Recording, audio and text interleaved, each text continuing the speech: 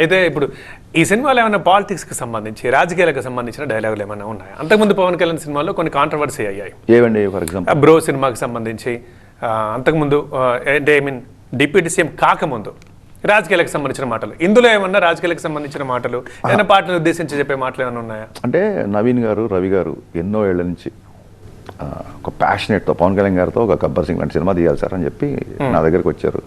అక్కడి నుంచి వాళ్ళ సంకల్ప బలం చాలా గట్టిది కాంబినేషన్. గబ్బర్ సింగ్ తర్వాత చాలా మంది ట్రై చేసినా సరే ఇది ఎప్పుడు జరగల, ఇప్పుడు జరిగింది.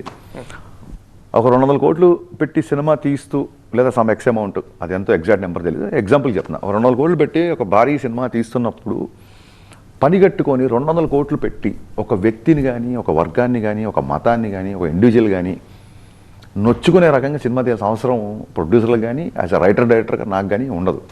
ఒకవేళ ఏమన్నా చప్పట్లు కొట్టించుకోవడానికి ఏమన్నా రాద్దామన్నా సరే ఆయన ఎంకరేజ్ చేసే వ్యక్తిత్వం కాదు.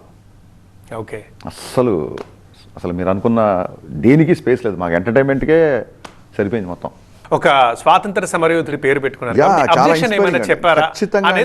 ఖచ్చితంగా చైల్డ్ ఎపిసోడ్ నుంచి ఆ డైలాగ్ దానికి సంబంధించిన రెఫరెన్స్ ఉంటుంది.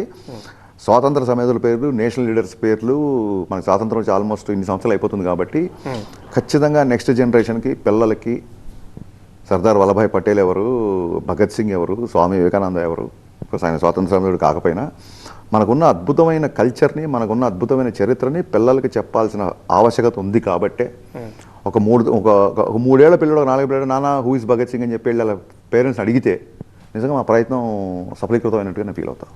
అవసరం ఉంది. ఆ జాతీయతా భావం కూడా సినిమాలో ఉంటుంది.